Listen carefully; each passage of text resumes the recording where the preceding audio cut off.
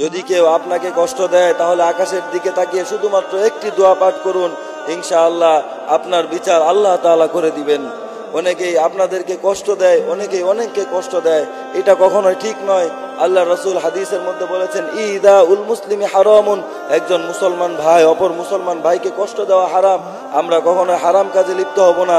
যদি আপনাকে কেউ কষ্ট দেয় তাহলে শুধুমাত্র আল্লাহ তাআলার দিকে তাকিয়ে, আকাশের দিকে তাকিয়ে শুধুমাত্র একটি দোয়া বলবেন। এই একটি দোয়া বললে আল্লাহ তাআলা আপনার সমস্ত বিচার নিজেই করে দিবেন। সেই দোয়াটি কি? সেই দোয়াটি হলো ইন্নামা আশকু বাসি ওয়া হুজনি ইলাল্লাহ, ইন্নামা আশকু বাসি ওয়া হুজনি ইলাল্লাহ। যদি আপনি এই দোয়াটি আল্লাহ তাআলার দিকে অর্থাৎ আকাশের দিকে তাকিয়ে বলতে পারেন, ইনশাআল্লাহ আপনার সমস্ত বিচার আল্লাহ তাআলা করে দিবেন।